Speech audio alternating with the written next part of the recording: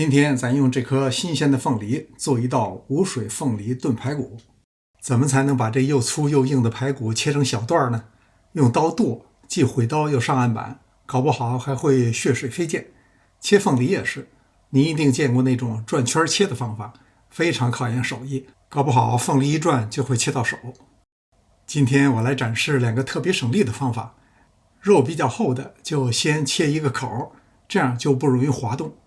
我用的秘密武器就是這把園藝剪，注意這個部位沒有機油，新的剪子一定要清洗乾淨，並確認轉軸的地方沒有機油滲出。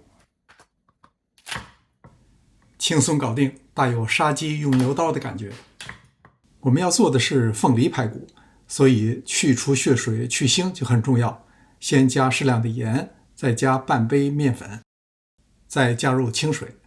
鹽可以幫助血水析出，麵粉則能吸附排骨表面的血污、碎骨的渣子和雜質。因為加了一些鹽，泡的時間過長，排骨中的水分會析出，所以最多10分鐘。再說說切鳳梨，我也是從一個賣鳳梨的師傅那兒學來的。過去試過很多種方法，這種切法是我見到的最快、最簡單易學的方法。如果是切好了直接吃，中間的硬芯兒要切掉，我們燉排骨就無所謂了。排骨泡了10分鐘以後，洗淨控乾水分。接下來開始加調料：1茶匙鹽，1茶匙煙燻甜椒粉，1湯匙醬油，1湯匙老抽，1湯匙料酒，再加1湯匙蠔油，翻拌均勻。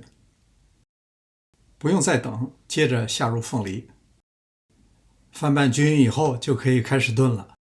注意這道菜是不加水的，如果是用明火煮，要用中到小火燉煮50到60分鐘。如果是用電高壓鍋，時間大概25到30分鐘。這種時間的長短主要根據您對排骨軟硬的喜好來定。燉好以後自然降壓再開蓋。哎呦，忘了放薑了，幸虧還沒開始煮。鳳梨中的蛋白酶和天然果酸會幫助排骨更快的軟化，所以這樣燉出來的排骨特別軟嫩，而且帶有果香味，酸甜的口感非常獨特。感謝您的觀看，臨走前別忘了點讚訂閱。這裡是上師廚房，我們下次再見。